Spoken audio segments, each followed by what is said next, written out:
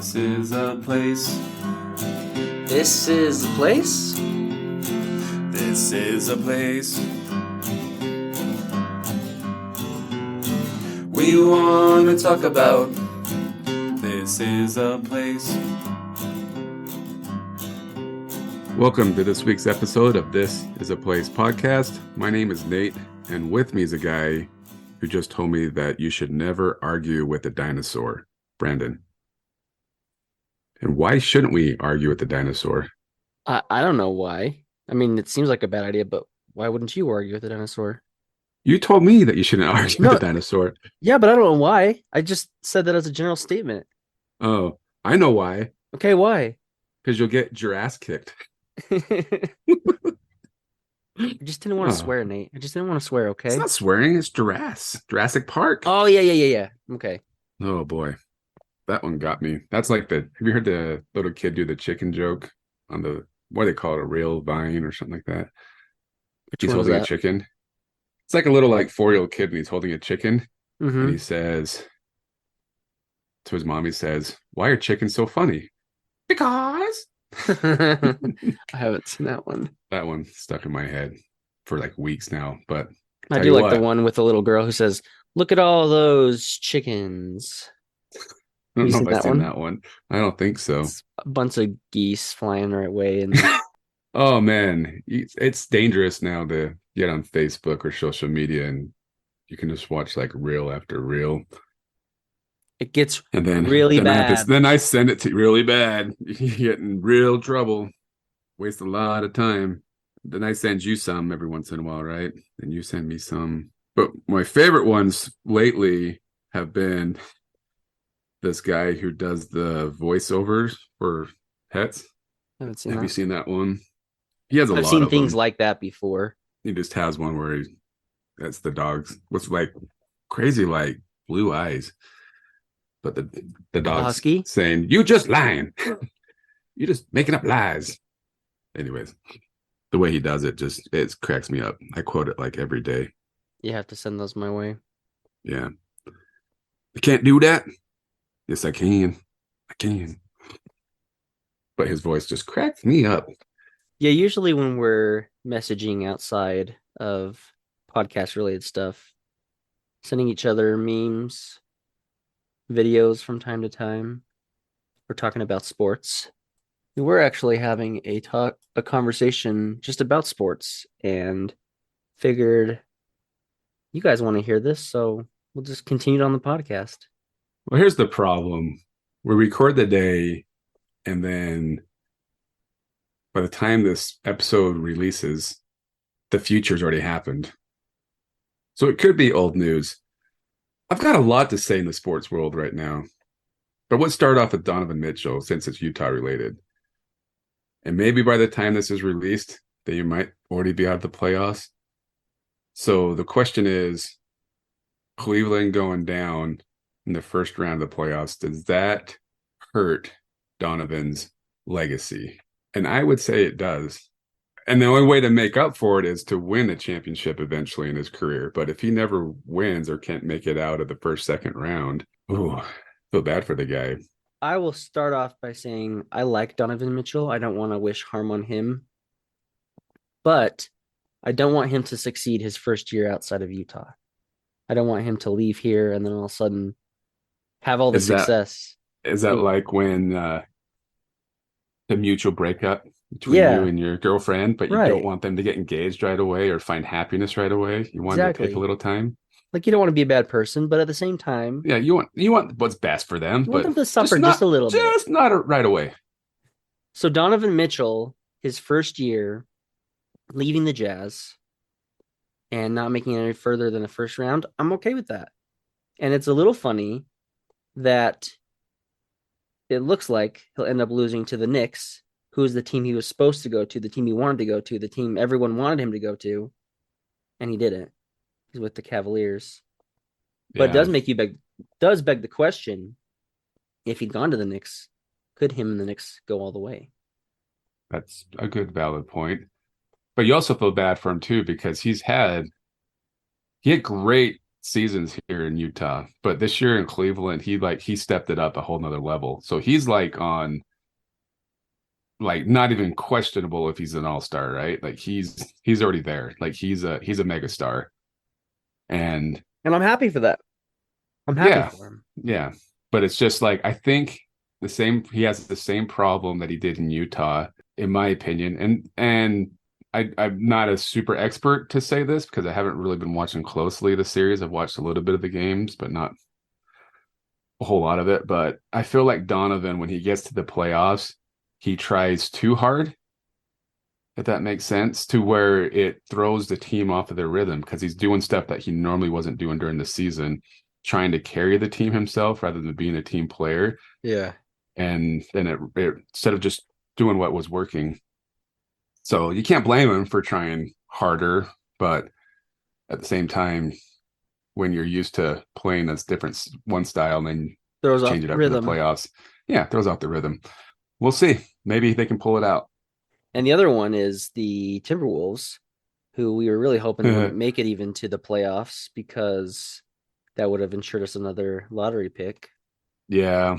And they also have Rudy Gobert on their team. So it's another one you just said, like, you want the best for them, but you also don't want them to succeed right away. I'm a little more sour on Rudy than I am on Donovan. I don't know why, but especially seeing it was I guess a couple weeks now ago that he got into it with one of his own teammates, right? Mm-hmm. And seeing that, I kind of wonder how much he was the problem and ended up what made Donovan want to leave, even if it wasn't all Rudy and the relationship. Seeing something like that inner turmoil with his own teammate, kind of made me annoyed and think, yeah, he probably was the problem the whole time. And if that's true, maybe if he'd left earlier, we would have kept Donovan. Maybe not, but it does kind of. I have soured on Rudy Gobert a little bit, so I didn't think about that. I mean, I kind of want him to succeed because he was here and he, he was always kind of like this under the radar player that never got the love. But then seeing things like that, I also, if he doesn't have any success, I won't be super mad. Okay. Well, I got two thoughts. Number one, Rudy Gobert. Yeah, it makes you wonder. I didn't even think about that till you start talking. It's like maybe those rumors about him and Donovan were true. So it makes you wonder. They never got in a fist fight in a timeout. Right, because I think Donovan has a little bit of a cooler head than what's his name. Two, actually three thoughts. Two, what's his name had a much better stat line than Rudy this year, being a rookie. So that's positive for the Jazz. Yeah. And three, Kessler. The only player I think ever who's left the Jazz and we were just like didn't want them to succeed at all was Gordon. Yeah. And what happened to him? He did not succeed. He lost his foot. So in the first couple minutes of the first game. Yeah, so you got to be careful even Utah because of the curses you can get. Yeah. And yeah, the miracles we can perform here in Utah, which kind of comes down to our episode today because people won't stop praying for rain and snow. And look what we can do here, man. We can move mountains, literally. Yes, we can. look at Draper right now. Draper's mountains moved. Yeah, somebody really has something against Edge Holmes, and yeah, this episode, I wouldn't say it's any kind of anticipating. I mean, we hope that there's not mega floods, but 40 years ago, this time of year was a similar year, and it led to massive flooding in Salt Lake. Flood Lake City. Flood Lake City. Even whole towns disappeared during this time 40 years ago. And so, yeah, obviously that is not the hope. All the prayers for rain, that was not what was anticipated. And I think so far it almost looked like we were going to have a bad go of it. But luckily, and also not so luckily, the weather has been slowly inching up. It's 40 something degrees today. It's not a nice April. It's been a very dreary April. But that's a good thing because it means less opportunity for flooding and all that snowpack to come down and flood our city. What how Yeah. much did you say was the So I just looked. I think Alta usually gets the most snowpack or the snow totals compared to any other mountain resort. And they had listed season total, they're at 904 inches. When a normal year is like a good year is like 500. wow. So that's like 75 feet, right? If I'm doing my math right. So That's a lot. that's like That's a lot of Rudy Gobert's. that's a lot of Rudy Gobert's. That's like putting the basketball hoop up 7 times higher than it is right now. You could even shoot the basketball. Yeah, it's historic and it's kind of tongue in cheek that we laugh about it and say, So stop it's a praying for record, the rain. right? And this is kind of a tangent, but I was just thinking it'd be really funny. And I should have had my she had to give the opening or closing prayer the other day at church. But really it'd be funny in the congregation to say a prayer and say, we appreciate the moisture received, but please make it stop. I'll tell you what, I haven't heard people praying for moisture lately. The I've typical heard a lot of thanks for it, but like thanks for not the the yeah. please let us have it, you know. Yeah, I don't think Um anyone's praying for that. no, but if you the going back to the flood Lake City, if this is a record year for snowfall, what's coming? And that's kind of what we're getting at is yeah, the last time it was so record. And I think what I was hearing early on was if it all the conditions lined up imperfectly, perfectly, so that it created a similar situation when you have all the snowpack, you get a lot of rain mixed with heat too fast, that it tends to lead to flooding. So back Yeah. this time, if my dad actually remember him telling me stories, he had to go and I think everybody had to participate in some way with sandbagging on State Street because that's where a lot of the flooding happened. And if you just do a simple Google search Salt Lake City flood, you're going to get multiple articles talking about is this what's coming again? Are we going to have the same thing happen? A 1983 repeat. Why Salt Lake City is preparing for flooding, but not a State Street River. So maybe not quite the same thing, but I've seen videos of up in Ogden, that Ogden River, whatever it is. I don't know what it is up there. Weber But River. yeah, it is raging Hmm. and it is so high. Yeah. So if you're out and about hiking the mountains or whatever the next few weeks or months, stay away from the rivers, man, because they basically have said if you fall in, it's not a rescue, it's a recovery. Like you're not going to make it. Um, Did you see the video I of the guy surfing? I've seen that before. People doing that where I think it they was surf in the river I think it was from this recently. year. Someone gets in. I don't know if it's the Jordan River or what it is, but I was Yeah, scared and they watching them do it. Like, and they're maybe more prepared to do something like that, but I was kind of still nervous hopefully for they them. have like a rope on them to pull them back in if they fall. Yeah. Still hurt like crazy. I remember going to in high school. I went to the Provo River with the girl I was dating, and when I used to fish a lot, and I was fishing the Provo River, and she was just reading a book on the shoreline or whatever. And my lure, she can only use lures in Provo River, can't use bait, got stuck. And it was middle of the summer. It wasn't like super full, but it was still moving pretty quickly. So I kind of got in a little bit to see if I could untangle my lure. It's in high school, $7 is $7. Right. And I like That's a slipped couple on the ranch rock. burgers from Arctic Circle. There you go, easy. But I slipped on a rock and the river just took me about a half a mile down before I could even like do anything because it was like too deep to like put my feet down. And I just kind of floated down the river for a minute, and it wasn't like super scary, but at the same time it was annoying because I'm like going away from where I was. And then like 45 minutes, I come walking up the trail to where my girlfriend was sitting, and I'm like, she didn't even notice I was gone for 45 minutes. I'm like, I could have been dead. You wouldn't even notice. But just that small experience made me afraid to go anywhere near a river that's moving quickly because you can't do anything if you fall in. So be careful. I'm scared of water. I stay away from water as much as I can. So, but here's my prediction though. I don't think we'll see the craziness of 83. I don't think that'll ever happen again. Why? Because we have more reservoirs than we had back in 83. Right. The technology and infrastructure we have now is better. However, I do think people who were near creeks and rivers, they're going to be in trouble.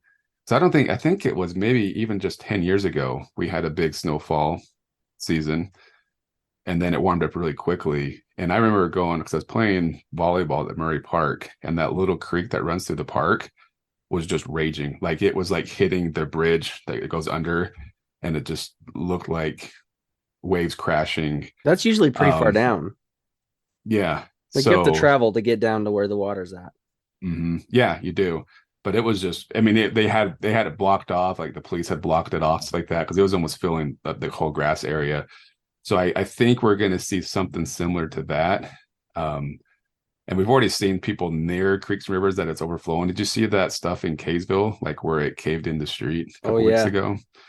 So I think we're going to see like, yeah, anybody who's near a creek, canal, river might be in trouble for flooding. But or you mentioned even like things you don't anticipate. I have to imagine the moving of the mountain that we were referencing with the Draper.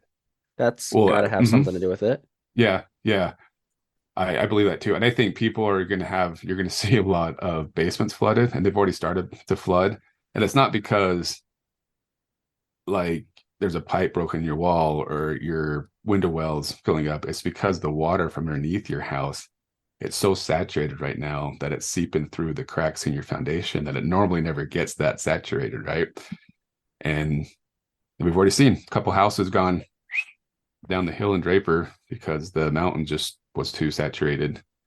So crazy times. World's coming to an end, Brandon. As we know it.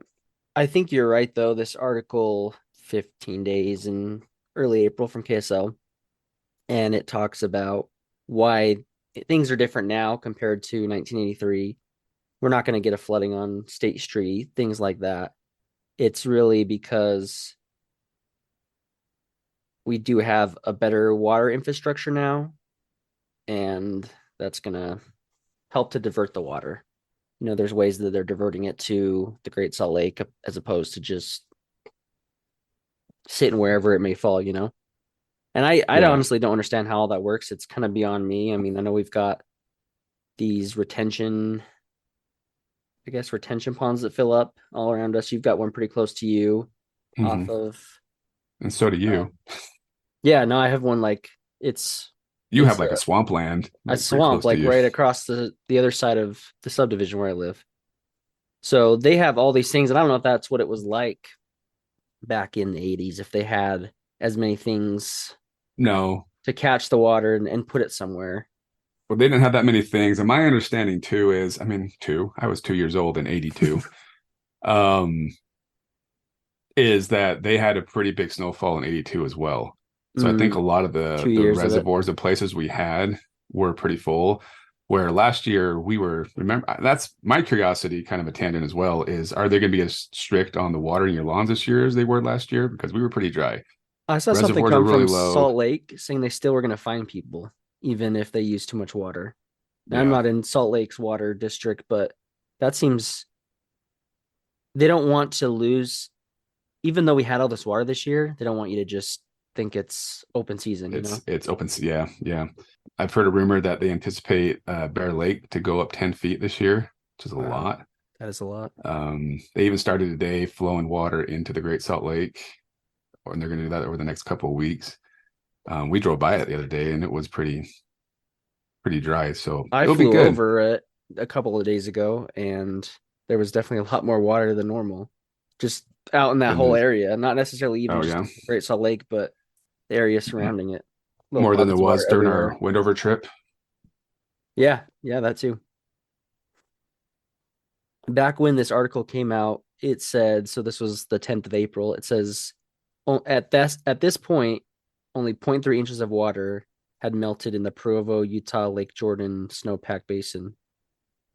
So there's a lot to go. So there's still nobody knows what's going to happen. There's still a lot to be seen as we do get into the warmer temperatures and if we get more rain.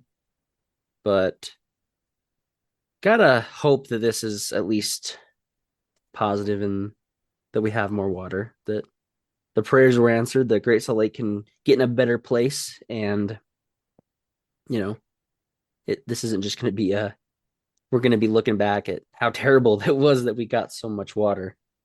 But as we go into next week, there's a day it's going to get to 82, so that could be. So prepare. People are already sandbagging. Yep. Getting ready. But I will say this.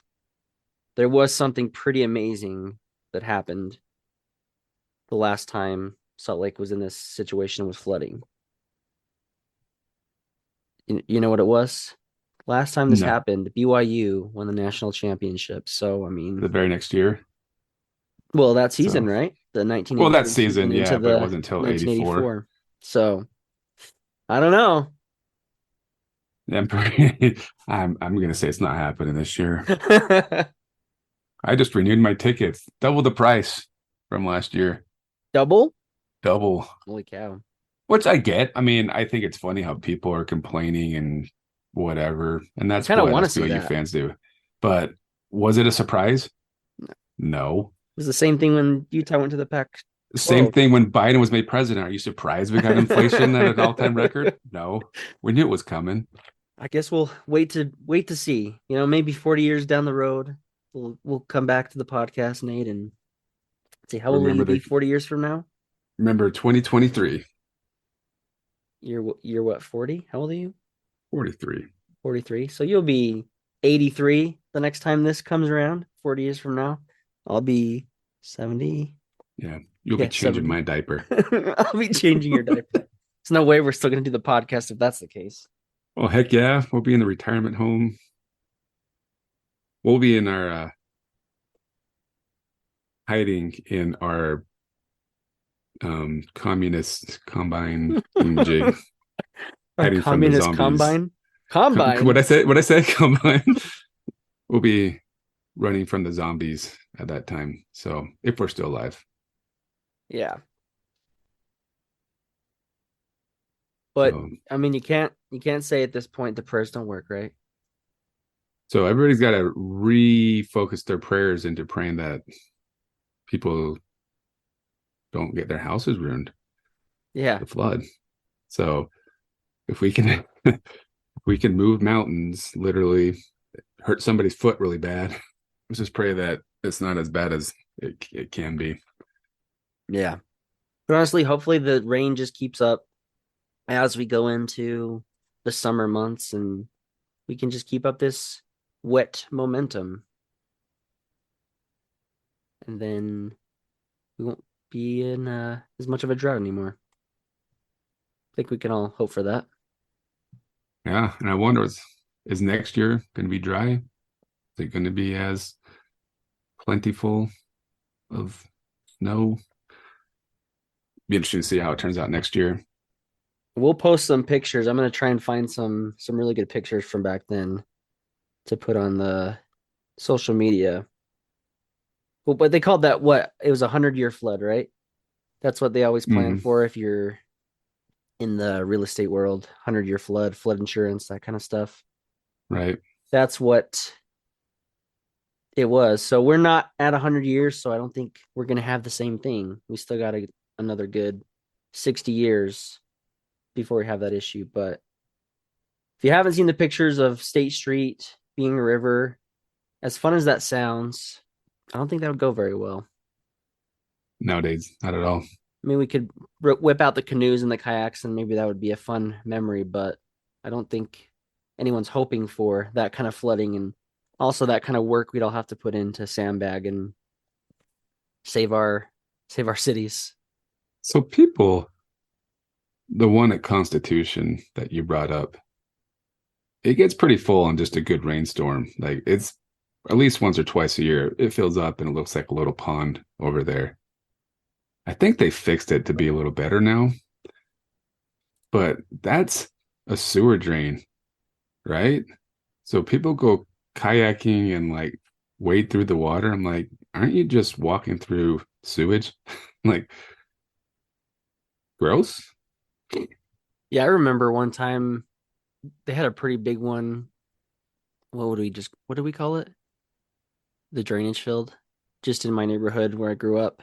That's a pretty big one, and it got so full one time. I thought, man, how cool it'd be to just go out and take a boat out in the middle of that. But you don't think about where's that water coming from? I mean, it comes from the sewer and the storm drains, but Storm I'm drains, pretty that's the word I was confident thinking of. maybe that's all it is at Constitution is the storm drains, and that wouldn't be as bad. But But I still, thought I've heard rumor that it's still the sewer as well. So I don't know. But I grew up by Flatiron Mesa Park in Sandy. It's a pretty steep hill. My cousins thought it was a mountain when they came out from South Dakota, where there is not South Dakota, North Dakota, where there's no mountains. That's how tall it is. But I remember a few not snowstorms, rainstorms where it gets like really wet and the bottom of the park starts flooding. And it's not a retention by any means, but we would go in our swimsuits and slide down the hill because it was just soaking wet. Good times. Then hit the bottom. It was like a pool. Slip and slide. But yeah, let's see what happens. Like I said, we'll pray that least amount of damages are done. Because I mean, there's already been damage done, so we can't pray there be no damage. yeah, So let's see Just if we can pray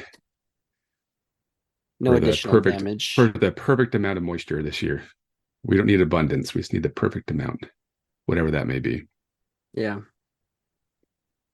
And let us know if you guys share your stories with us as you see the creeks or the Creeks that water, turn into rivers, the rivers water that turn areas into around your lakes. houses.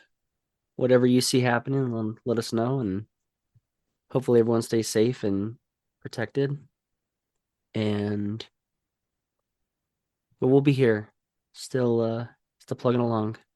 Thank you for listening to This Is a Place podcast. And this was a place we talked about. See you next week.